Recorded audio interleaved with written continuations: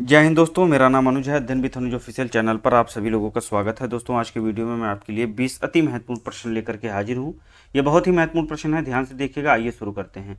पहला प्रश्न है, सैयद राजवंश की स्थापना किसने की थी? दोस्तों, सैयद राजवंश की स्थापना 1414 ईस्वी में खिजर खान ने की थी। ऑप्शन आपका सी वाला सही होगा। यह तैमूर लंग का सेनापति था। तैमूर लंग का सेनापति था। इसने सुल्तान की उपाधि न धारण करके, सुल्तान की उपाधि नहीं धारण की थी, इसने रैयत ए आला की उपाधि धारण की थी। रैयत ए आला। इसकी मृत्यु 20 मई 1421 ईस्वी में हुई थी। इस वंश का अंतिम शासक था अलाउद्दीन आलम शाह। अलाउद्दीन आलम शाह अंतिम शासक था। दूसरा प्रश्न है, निम्नलिखित में से किस दर्रे को जम्मू कश्मीर को जोड़ने वाले गेटवे के रूप में जाना जाता है?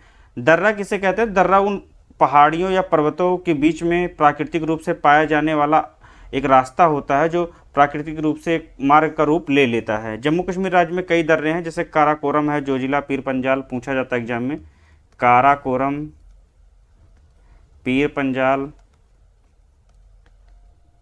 जोजिला, बनिहाल, बुर्जिल। ये कई दर्रे हैं। एग्जाम्स में यदि आता है तो आप लोग याद रखिएगा कि जम्मू कश्मीर में पाए जाते हैं। और जो जम्मू और कश्मीर को जोड़ने वाला दर्रा है दोस्तों, वो बनिहाल दर्रा है। ऑप्शन आपका सी वाला सही होगा। नेक्स्ट क्वेश्चन पर आते हैं। किसी अर्थव्यवस्था में सामान्य मूल्य स्तर में निरंतर वृद्धि को क्या कहते हैं? किसी अर्थव्यवस्था में यदि सामान्य रूप से मूल्य बढ़ता जा रहा हो तो उसे क्या कहेंगे? तो उसे कहते हैं दोस्तों मुद्रास्फीति। किसी अर्थव्यवस्था में मुद्रास्फीति वह स्थिति होती है जिसमें कीमत स्तर में वृद्धि होती है तथा मुद्रा का मूल्य गिर जाता है। यानी मुद्रास्फीति वह अवस्था है जब वस्तुओं की उपलब्ध मात्रा की तुलना में उपलब्धता जो है ज़्यादा होती है और साख की मात्रा में अधिक वृद्धि होती है।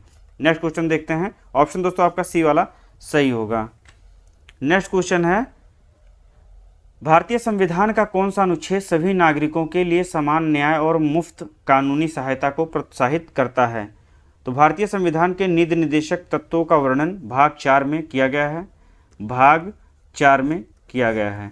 और भाग 4 का जो अनुच्छेद 39 है दोस्तों, उसमें लिखा गया है कि भारत के किसी भी व्यक्ति को समान न्याय और मुफ्त कानूनी सहायता स्टेट प्रदान करेगा। ऑप्शन आपका ए वाला सही होगा। 40 में ग्राम पंचायतों के संगठन की बात की गई है। ग्राम पंचायतों का संगठन का उल्लेख अनुच्छेद 40 में किया गया है। और अनुच्छेद 44 में नागरिकों के लिए समान सिविल संहिता, नागरिकों के लिए समान सिविल संहिता का उल्लेख अनुच्छेद 44 में किया गया है। अनुच्छेद 48 में कृषि एवं पशुपालन के संगठन की बात कही गई है। कृषि एवं पशुपालन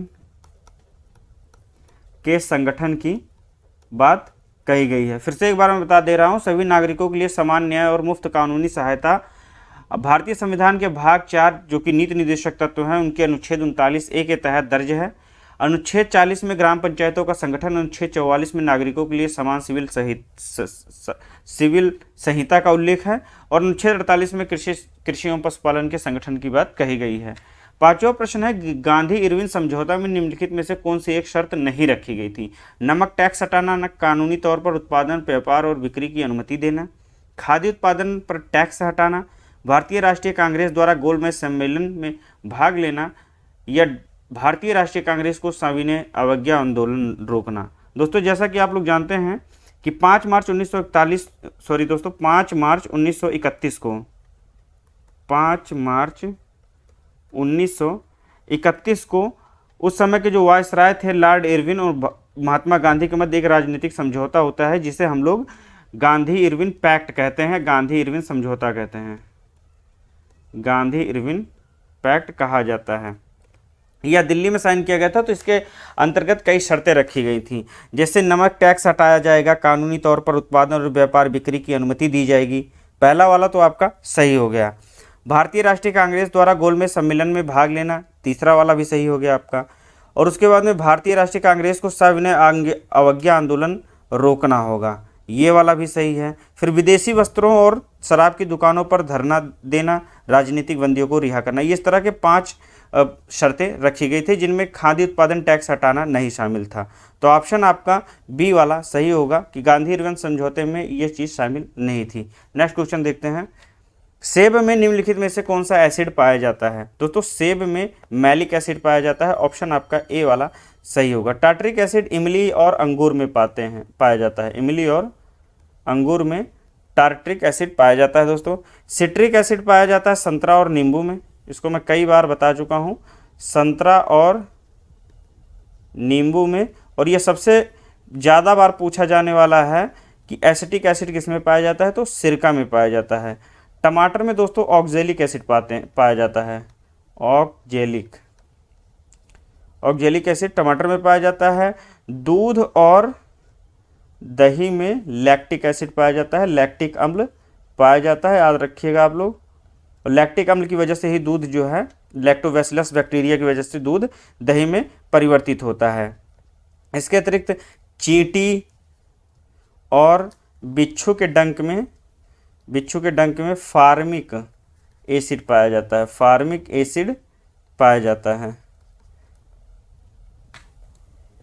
वेरिएट्रिक सर्जरी किसी व्यक्ति के किस में परिवर्तन लाती है? तो वेरिएट्रिक सर्जरी दोस्तों किसी व्यक्ति के मोटापे की समस्या को दूर करने के लिए किया जाता है, ऑप्शन आपका बी वाला सही होगा, पाचन तंत्र। इस सर्जरी के माध्यम से पाचन तंत्र में परिवर्तन करते हैं और पेट और आंतों में भोजन के अवशोषण को कम किया जाता है, ऑप्शन आपका बी वाला सही होगा।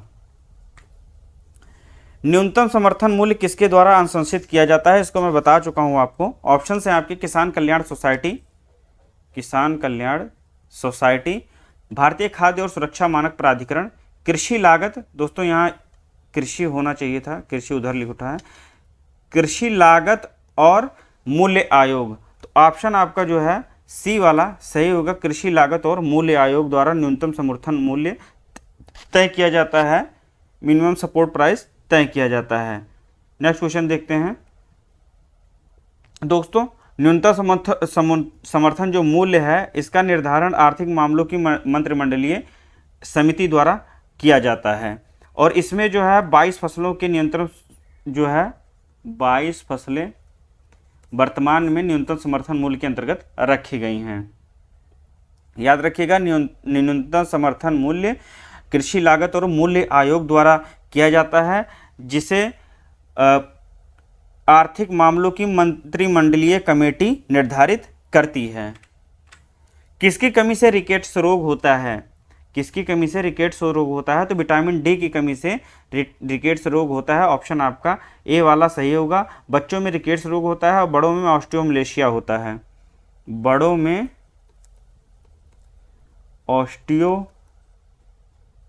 ऑस्टियोमलेशिया रोग बड़ों में होता है यदि विटामिन डी की कमी हो जाती है। और विटामिन डी का कैल्सीफ्रॉल रासायनिक नाम है, कैल्सीफ्रॉल। विटामिन ए की कमी से दोस्तों रतौंधी रोग होता है, विटामिन बी की कमी से बेरी होता है और विटामिन सी की कमी से स्कर्वी रोग होता है। नेक्स्ट क्वेश्चन पर आते हैं।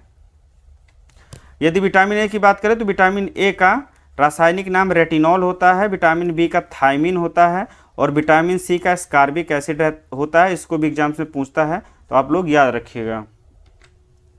प्रकाश संश्लेषण के दौरान हरे पौधे सूर्य के प्रकाश से ऊर्जा का उपयोग कार्बन डाइऑक्साइड और पानी में क्या संश्लेषित करते हैं? तो दोस्तों ऑप्शन आपका ए वाला सही होगा, ग्लूकोज लिखा उठा है, ग्लूकोज। क्लोरोफिल तथा सूर्य के प्रकाश की उपस्थिति में पौधे ऊर्जा का उपयोग कार्बन डाइऑक्साइड बनाने के लिए और पानी से ग्लूकोज बनाने के लिए जो है करते हैं, ऑप्शन आपका ए वाला सही होगा। नेक्स्ट क्वेश्चन देखते हैं। दिल्ली उच्च न्यायालय की पहली महिला मुख्य न्यायाधीश कौन थी? तो दिल्ली उच्च न्यायालय की पहली महिला मुख्य न्यायाधीश दोस्तों ऑप्शन सी लीला सेठ थी। लीला सेठ दिल्ली उच्च न्यायालय की पहली मुख्य न्यायाधीश बनने वाली महिला थी, ऑप्शन सी। भारत में सबसे अधिक ऊंचाई पर स्थित रेलवे स्टेशन कौन सा है? भारत में सबसे ऊंचाई पर स्थित रेलवे स्टेशन दोस्तों दार्जिलिंग में घूम स्टेशन है, दार्जिलिंग में स्थित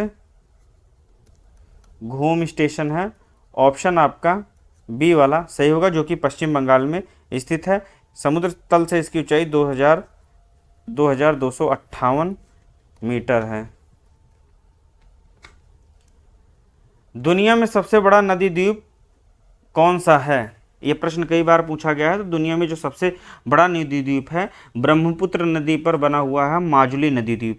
यह कहाँ पर स्थित है? तो दोस्तों यह असम राज्य में स्थित है। ऑप्शन आपका बी वाला सही होगा। विश्व का दूसरा सबसे बड़ा नदी द्वीप मराजो द्वीप है, जो अमेजन नदी पर बना है ब्राजील में। मराजो नदी द्वीप ब्राजील में अमेजन नदी पर है। निम्नलिखित में से क्या हिंदुस्तानी शास्त्रीय संगीत का कंठ संगीत रूप नहीं है? इनमें से कौन सा हिंदू संस्कृति जो है हिंदुस्तानी शास्त्रीय संगीत का कंठ संगीत का रूप नहीं है? दोस्तों ऑप्शन इसमें बी वाला सही होगा, पखावज। पखावज एक संगीत वाद्य यंत्र है, संगीत वाद्य यंत्र है। यह उत्तर भारतीय हिंदुस्तानी शैली का ढोलक है। दोस्तों नेक्स्ट क्वेश्चन पर आते हैं। निम्नलिखित में से कौन सा विल्सन रोग का लक्षण नहीं है? 15वां क्वेश्चन है। पैरों या पेटों में द्रव का बनना, रतौंधी, बोलने निगलने या शारीरिक समन्वय में समस्या, अनियंत्रित गतिविधियां या मांसपेशी में अकड़न। तो विल्सन रोग एक दुर्लभ आनुवांशिक विकार होता है, आनुवांशिक बीमारी होती है, जेनेटिक डिजीज होती है। यह रोग लीवर, मस्तिष्क और अन्य महत्वपूर्ण अंगों को में कॉपर की मात्रा अधिक कर देता है। जब कॉपर की मात्रा अधिक होगी तो अनियंत्रित मांसपेशी गतिविधियां होंगी, शारीरिक समन्वय में समस्या आएगी, पैर और पेट में फ्लूइड जमा हो जाएगा। तो ये सभी विल्सन रोग के लक्षण हैं। तो इस तरह से रतौंधी इससे बाहर है। तो ऑप्शन आपका बी वाला सही होगा। वर्ष 1556 में मुगल साम्राज्य का सिंहासन पर कौन आसीन हुआ? मुगल साम्राज्य के सिंहासन पर 1556 में दोस्तों अकबर आसीन हुआ था। ऑप्शन आपका ए वाला सही होगा। 1556 में हुमायूं की मृत्यु हो गई। हुमायूं की मृत्यु के बाद जो है 14 फरवरी 1556 को पंजाब के कलानौर नामक स्थान पर अकबर का राज्याभिषेक किया जाता है। ऑप्शन आपका ए वाला सही होगा। और ये जलालुद्दीन मोहम्मद अकबर बादशाही गाजी के नाम से उपाधि धारण करता है और सिंहासन पर बैठता है। खजुराहो मंदिर किस राज्य में स्थित है? ये भी क्वेश्चन मैं कई बार बता चुका हूँ कि खजुराहो मंदिर यूनेस्को द्वारा विश्व विरासत स्थल में नामित है। तो यह जो है मध्य प्रदेश में स्थित है। ऑप्शन आपका बी वाला सही होगा, मध्य प्रदेश। दोस्तों मध्य प्रदेश के छतरपुर जिले में स्थित है। छतरपुर जिले में स्थित है। भारत में बैंकिंग विनियमन अधिनियम कब पारित किया गया था? तो भारत में बैंकिंग विनियमन अधिनियम दोस्तों 1949 में पारित किया गया था। ऑप्शन आपका डी वाला सही होगा, 1949। 1956 में यह जम्मू कश्मीर में लागू होने के साथ पूरे देश में प्रभावी हुआ था। ठीक है, नेक्स्ट क्वेश्चन पर आते हैं। दिल्ली के सिंहासन पर बैठने वाली पहली और एकमात्र मुस्लिम महिला कौन थी? दिल्ली के सिंहासन पर बैठने वाली पहली और एकमात्र मुस्लिम महिला थी रजिया सुल्तान। ऑप्शन आपका ए वाला सही होगा। इन्होंने 1236 से लेकर के 1240 ईस्वी के मध्य शासन किया था। दोस्तों रजिया ने पर्दा प्रथा त्याग कर पुरुषों की तरह चोगा, जिसे काबा कहते हैं, धारण किया था, टोपी धारण की थी और सिंहासन पर आसीन हुई थी। नेक्स्ट क्वेश्चन पर आते हैं। सिखों के 10 गुरुओं में से 5वें गुरु कौन थे? दोस्तों ऑप्शन आपका गुरु अर्जुन देव जी होंगे। ऑप्शन आपका सी वाला सही होगा। ये 5वें गुरु थे। पहले गुरु थे गुरु नानक देव जी। इन्होंने सिख धर्म की स्थापना की थी, गुरु नानक देव। उसके बाद में गुरु नानक देव जी ने लंगर प्रथा का प्रारंभ किया था। और इसके बाद में गद्दी पर बैठते हैं गुरु अंगद जी, जिन्होंने लंगर प्रथा को आगे बढ़ाने में काफ़ी प्रयास किया, काफ़ी जो है इन्होंने लंगर व्यवस्था को आगे बढ़ाया था। तीसरे नंबर पर बैठते हैं गुरु अमरदास। फिर बैठते हैं गुरु रामदास। 5वें नंबर पर आते हैं गुरु अर्जुन देव जी। गुरु अर्जुन देव जी। इसके बाद में गद्दी पर आसीन होते हैं गुरु हरगोविंद। फिर आते हैं गुरु हरराय। 8वें नंबर पर गुरु हरकिशन। फिर गुरु तेग बहादुर जी 9वें नंबर पर आते हैं। और अंतिम बार गद्दी पर बैठने वाले गुरु गोविंद सिंह जी थे। ये अंतिम गुरु थे। तो इस तरह से पहले आते हैं गुरु नानक देव जी, जिन्होंने सिख धर्म की स्थापना की थी, और 5वें स्थान पर गुरु अर्जुन देव जी आते हैं। ऑप्शन आपका सी वाला सही होगा। दोस्तों ये 20 प्रश्न थे जो कि बहुत महत्वपूर्ण है आपकी एग्जाम दृष्टि से, तो देख लीजिएगा इनको। किसी तरह का कोई प्रश्न हो तो आप लोग कमेंट बॉक्स में कमेंट कीजिए। मिलते हैं अगले वीडियो में। जय हिंद।